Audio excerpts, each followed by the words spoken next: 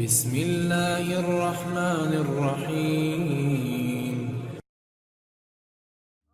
حضرت ابو مسعود انصاری رضی اللہ عنہ سے روایت ہے کہ ایک شخص نبی صلی اللہ علیہ وآلہ وسلم کی خدمت میں حاضر ہوا اور کہا، اے اللہ کے رسول، میری سواری نہیں رہی، مجھے سواری عنایت فرمائیں۔ آپ نے فرمایا، میرے پاس تو کوئی ایسی سواری نہیں جو میں تمہیں دے سکوں، لیکن فلاں شخص کے پاس چلے جاؤ، شاید وہ تمہیں کوئی سواری دے دے۔ چنانچہ وہ اس کے پاس چلا گیا اور اس نے اسے سواری دے دی۔ پھر وہ رسول اللہ صلی اللہ علیہ وآلہ وسلم کے پاس آیا اور آ کر آپ کو بتایا کہ اس نے سواری دے دی ہے۔ تو رسول اللہ صلی اللہ علیہ وآلہ وسلم نے فرمایا، جو شخص کسی خیر کی رہنمائی کرے اسے بھی بھلائی کرنے والے کی مانند ثواب ملتا ہے۔ انہوں نے عرض کیا، یا رسول اللہ، قیامت کے دن آپ کی شفاعت سے سب سے زیادہ سعادت کسے ملے گی؟ تو رسول اللہ صلی اللہ علیہ وآلہ وسلم نے فرمایا، اے ابو ہریرہ، مجھے یقین تھا کہ تم سے پہلے کوئی اس کے بارے میں مجھ سے دریافت نہیں کرے گا، کیونکہ میں نے حدیث کے متعلق تمہاری حرص دیکھ لی تھی۔